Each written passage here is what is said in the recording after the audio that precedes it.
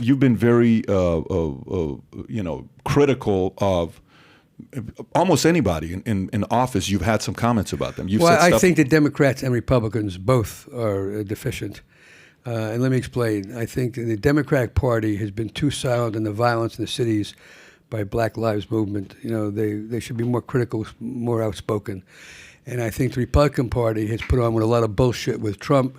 His behavior was disgraceful, criticizing a hero like John McCain or, Colin Powell in death. Shows no judgment whatsoever. And so very few people, other than like Mitt Romney and a couple of others, have been critical of Trump.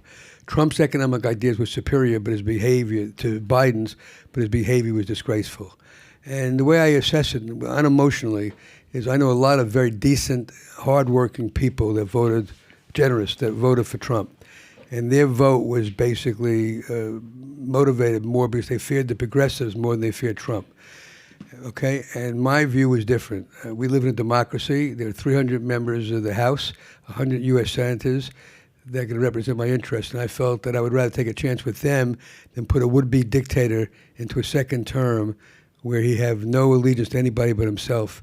I do believe his behavior has been disgraceful, and so I voted for Biden, and I voted for Biden very reluctantly, but it was a vote against Trump, to be honest with you.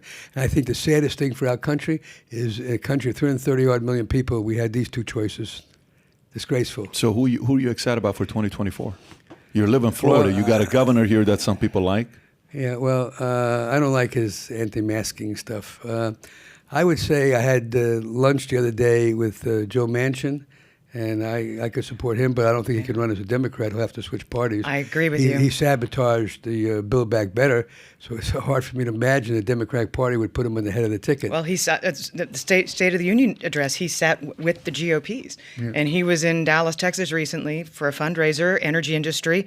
It was all GOP fundraising. He's got a lot of common sense, and he's got a lot of fortitude. He's been getting calls every day, multiple calls about changing his vote, and he hung tough. And so I would support him. Mike Pompeo is going to run. Chris Christie from New Jersey is going to run. There's plenty of people on the Republican side. I don't know anybody on the Democratic side that I would vote for at this point in time. Newsom? I don't know enough about him from California. Well, that's a star for them. Yeah, he's a star. Me?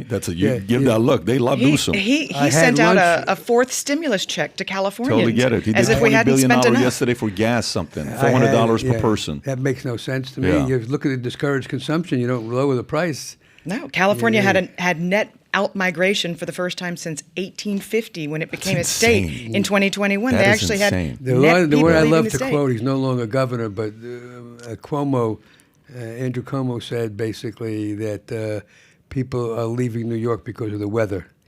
I thought that was a great comment. That makes a lot of sense. How come they didn't leave it the last, however many years and decades? But Trump, you think Trump's running? I had lunch with a very leading Democrat who said two things.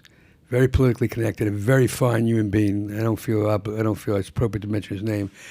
And he gave me what I call good news and bad news.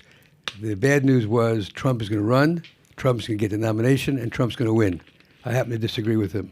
Okay. The good news was he said predictions and the presidential outcome 3 years in advance have never been right. You're so funny. Yeah, that's the truth. He's a very leading guy, a very major philanthropist who's on TV like you quite a lot. He does a great job. But I don't think the Republican Party will give the nomination to Trump when it comes down to push comes to shove. Just like the Democratic Party denied Bernie Sanders. They didn't want him to lead the ticket. How important are these midterms? I think it's a lead pipe cinch that the Republicans are going to sweep. Mm-hmm. Maybe that's what's keeping the market up. But I think it's a matter of how they're going to sweep and what the composition's going to be and whose side they're on, because the Republican Party is just as divided as the Democratic Party is right now. Yeah, well, it's a divided country. If you enjoyed this short clip, click over here to watch another short clip. And if you want to watch the entire episode, the entire podcast, click here.